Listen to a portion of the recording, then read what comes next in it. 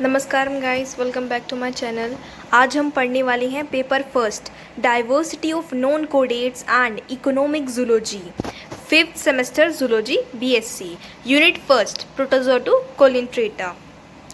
ठीक है, पहले हम पढ़ेंगे प्रोटोजोआ के बारे में।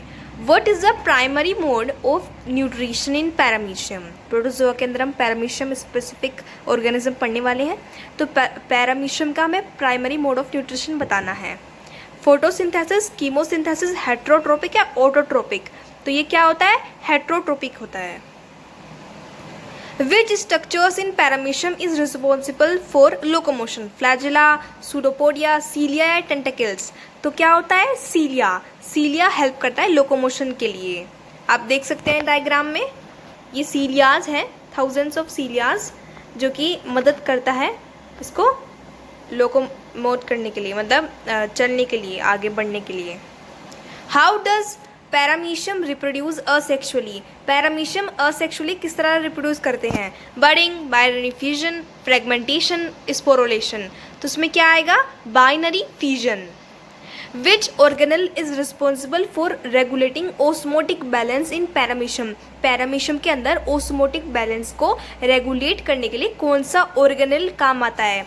न्यूक्लियस, माइटोकॉन्ड्रिया, कॉन्ट्रैक्टाइल वोक्यूल या गोल्जी एपरेटस। तो इसका आंसर होगा कॉन्ट्रैक्टाइल वोक्यूल। ठीक है, आप डायग्राम में देख लीजिए, एक सेकेंड। ये रहा आपका कॉन्ट्रैक्टाइल वोक्यूल। ठीक है, रेडिएटिंग कैनाल्स हैं इसके चारों तरफ।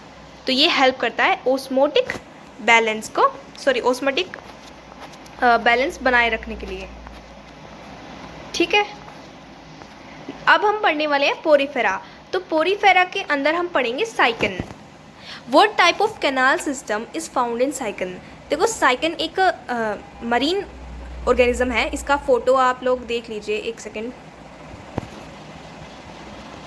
इसका फोटो दिया हुआ था मैंने, हाँ, ये साइकन है, ये है साइकन। ठीक है, तो पोरीफेरा के अंदर ये समुद्र के अंदर उसके सरफेस पे, सबस्ट्रेटम पे पाया जाता है। ये इस तरह का दिखता है।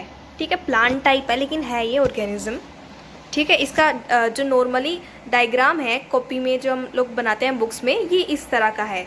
तो इसमें जो ये बहुत सारे पोर्स होते हैं, न्यूमेरियस पोर्स, उसको हम क्या कहते हैं? जो ये बहुत सारे पोर्स होते हैं, ये ओपन पोर्स होते हैं। ये हम ओस्टिया कहते हैं इनको।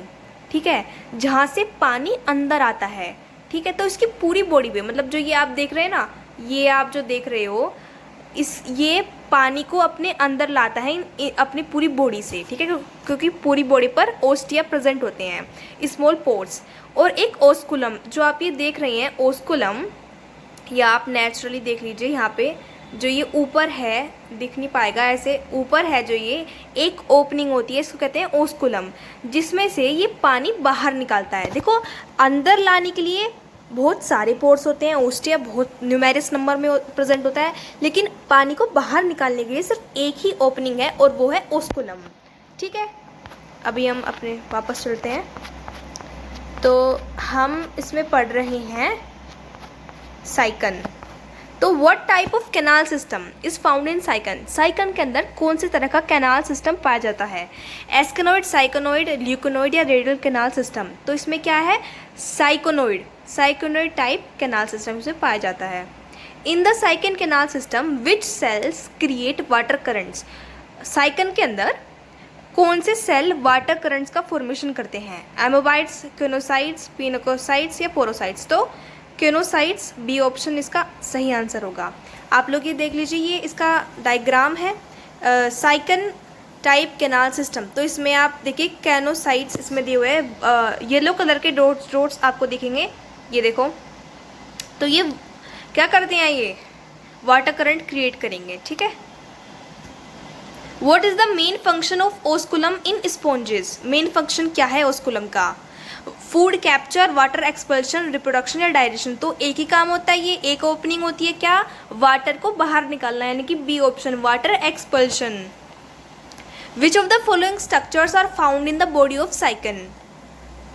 स्पिक्यूल्स, निमेटोसाइट्स, टेंटिकल्स या स्टैटोसिस्ट। तो क्या पाया जाता है? स्पिक्यूल्स। अब हम पढ़ने वाले हैं कोलियंट्रेटा। इसके अंदर हम क्या पढ़ने वाले हैं? ओबीलिया। तो सबसे पहले ओबीलिया के बारे में आपको कुछ बेसिक बता देती हूँ। ओबीलिया एक alternation of generation property show करता है, जिसमें हम दोनों तरीके के रिप्रोडक्शन देख सकते हैं, सेक्सुअल एंड असेक्सुअल। तो इसमें क्या होता है? मेड्यूसा और पोलिप होता है। Medusa arises from blastostyle by asexual budding. Asexual budding से मेड्यूसा अराइज होगा, और जो मेड्यूसा है वो सेक्सुअल रिप्रोडक्शन करके गोनाड्स का फॉर्मेशन करेगा एंड जाइगोट बनाएगा। ठीक है, ये आपको पता चल गया। इसमें ऑल्टरनेशन ऑफ जनरेशन होता है। बाकी हम अब पढ़ते हैं। तो what is the predominant life form of obelia in its life cycle? Polyp, medusae, sporophyte या गैमेटोफाइट? तो प्रीडोमिनेंट लाइफ फॉर्म ओबीलिया की होती क्या है? पोलिप। पोलिप इसका आंसर होगा। Predominant life form of obelia polyp. Which form of reproduction does obelia use to produce medusae? अभी हमने पढ़ा, अभी मैंने बताया आपको कि मेड्यूसा कैसे होता है? असेक्सुअल बडिंग से। ठीक है, असेक्सुअली ये प्रोड्यूस होगा मेड्यूसा। तो binary fission, budding, sporulation and fragmentation. तो इसका आंसर क्या होगा? बडिंग। तो जो मेड्यूसा है वो कैसे होगा फॉर्म, उसका फॉर्मेशन कैसे होगा? असेक्सुअल बडिंग से। ठीक है, अब what is the primary structure used for capturing prey in obelia? कौन सा स्ट्रक्चर है जिससे ओबीलिया अपना प्रे कैप्चर करता है? सीलिया, फ्लैजुला, टेंटिकल्स या कोनोसाइड्स? तो इसमें क्या होगा? टेंटिकल्स। टेंटिकल्स से वो अपना प्रे दबोच लेता है। ठीक है, जैसे ये आप डायग्राम देख लो, ऊपर दे रखा है टेंटिकल्स, इस तरह के टेंटिकल्स है। ये पूरा मैच्योर आपको दिया हुआ है डायग्राम। ठीक है, इसमें सब कुछ है, आप देख लीजिए। अब हम इसकी लाइफ साइकिल देख लेते हैं, इसमें आपको अच्छी तरह समझ आ जाएगा। देखो, सबसे पहले यहाँ से देखो, ये है मेड्यूसा बर्ड्स, जिसे हम पोलिप भी कह सकते हैं। ये पूरा एक क्या है? Part of a mature colony. ठीक है, ये पूरा हमारा ओबीलिया है। अब ये जो पोलिप है, यहाँ से मेड्यूसा बर्ड्स निकलते हैं, और ये असेक्सुअल बडिंग के दौरान, ठीक है, फॉर्मेशन हो जाता है गोनाड्स का, मेल एंड फीमेल। अब ये लोग रिप्रोडक्शन करेंगे, सेक्सुअल रिप्रोडक्शन। ठीक है, मेल एंड फीमेल। ओवम बनाएगा, स्पर्म बनाएगा। ठीक है, फिर ये दोनों मिल जाएंगे, जाइगोट बन जाएगा। फिर ये जाइगोट ब्लास्टुला, स्विमिंग प्लानुला बनेगा।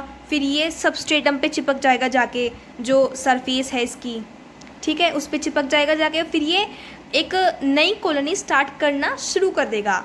फिर ये मैच्योर होने पर पार्ट्स ऑफ मैच्योर कॉलोनी में आप ये देखो, इसमें पोलिप बन गया, टेंटिकल्स बन गई। ये जो माउथ है ये टेंटिकल है, इससे ये कैप्चर करता है अपना प्रे। ठीक है, तो इसमें ऑल्टरनेशन ऑफ जनरेशन शो करता है क्या? ओबीलिया। मैं आपको थोड़ा और बता दूँ इसके बारे में। Medusa are sexual individual. ठीक है, and nearly always they are dioecious, that is testis and ovary are borne by separate individuals. अलग अलग इंडिविजुअल से टेस्टिस और ओवेरी उत्पन्न होंगे, यानी कि बनेंगे। The gonads are 4 in number, 1 in the middle of the length of each radial canal. They arise as ventral diverticula of the radial canals, which push the mesogolia and the ectoderm before them and project from the subumbilical surface. The germ cells usually develop from the interstitial cells located in the ectoderm. In Obelia, they make their appearance quite early when the medusa itself is being formed on the blastostyle. They originate in ectoderm of the Manuberium, then migrate to the endoderm and eventually to the gonads. Hence, they undergo maturation, division and develop into gametes. The route of the sex cells from the place of their development to the gonad is more or less definite for the species. ठीक है, तो ये बहुत basic चीज़ें हैं, आपको थोड़ा पढ़ने में नया लगेगा, लेकिन अगर आपने पहले से पढ़ रखा है तो ईजिली हो जाएगा सब कुछ। पर आपको ये पढ़ना चाहिए क्योंकि इसमें से MCQ बन सकते हैं। बाकी मैंने जो दिए हुए हैं वो तो पढ़ना ही पढ़ना है। ठीक है, next how are nutrients distributed throughout the body of obelia? Through the circulatory system, by diffusion through the nervous system, via the digestive cavity. तो किस तरह होगा? डिफ्यूजन की हेल्प से, बाय डिफ्यूजन, ठीक है, ओबीलिया के अंदर। और ये ओबीलिया आप देख लो ये होता कैसा है। ये मैंने कुछ फ़ोटोज़ ले रखे हैं गूगल से कि ओबीलिया की कॉलोनी दिखती कैसी है। ये आप समुद्र के अंदर उसकी सरफेस पे देखोगे इस तरह ये कॉलोनी पूरी होती है, ठीक है। ये पूरी कॉलोनी है, काफ़ी कलर्स में होते हैं ये। अब कुछ एडिशनल डिटेल्स दी हुई है मैंने ताकि आप अच्छे से समझ पाओ कंसेप्ट को। प्रोटोजोआ के बारे में, पैरामीशियम, पोरिफेरा के बारे में, साइकन और कोलेंट्रेटा यानी कि सिनिडेरिया या फिर हम ओबीलिया कह सकते हैं, उसके बारे में दिया हुआ है। तो आप पैरामीशियम के बारे में देखो पहले। प्रोटोजोआ में है, these are unicellular eukaryotic organism. Paramecium, a ciliated protozoan has a slipper like shape and moves using cilia. It reproduces sexually by binary fission and asexually by binary fission and sexually by conjugation. तो ये basic जानकारी दे रखी है क्योंकि आपको पता होना चाहिए इतना। एमसीक्यूज बन सकते हैं कि इसका सेक्सुअल रिप्रोडक्शन किससे होता है एंड असेक्सुअल किससे होता है। Porifera, these are simple multicellular organism known as sponges. Cycon, a type of sponge has a cyconoid canal system characterized by radial canals lined with conocytes. Water flows through pores into the spongocoel and exit via the osculum. exit via osculum, मतलब exit मतलब water जो बाहर निकलेगा वो ओस्कुलम, यानी कि एक ही opening है ओस्कुलम, वहीं से बाहर निकल सकता है वाटर। तो ये है इसका डायग्राम, देख लो। वैसे मैंने ये दिखा दिया है पर फिर से देख लो, ठीक है। ये है हमारा साइकन। अब है coelenterata, cnidaria. These include radially symmetrical organism like jellyfish and corals. Obelia exhibit alteration of generation with a polyp stage asexual and a medusa stage sexual. Polyps reproduce asexually by budding, while medusae reproduce sexually to produce planula larva. क्या कहा गया है इसमें?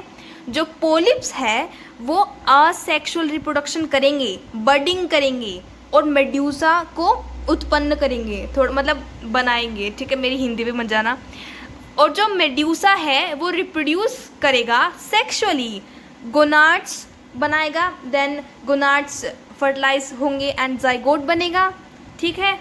फिर ये एक planula larva बना देगा। तो आई थिंक आपको अच्छी तरह समझ आ गया है तीनों के बारे में and I am really grateful that आप यहाँ तक रुके इस वीडियो में।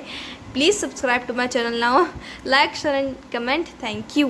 प्लीज़ आप कमेंट में ज़रूर बताइएगा कि मैंने एक्सप्लेन कैसा किया, अच्छा किया, नहीं किया, या मुझे और क्या करना चाहिए आपकी वीडियो में, मैं किस तरह हेल्प कर सकती हूँ, आप प्लीज़ बता दीजिए।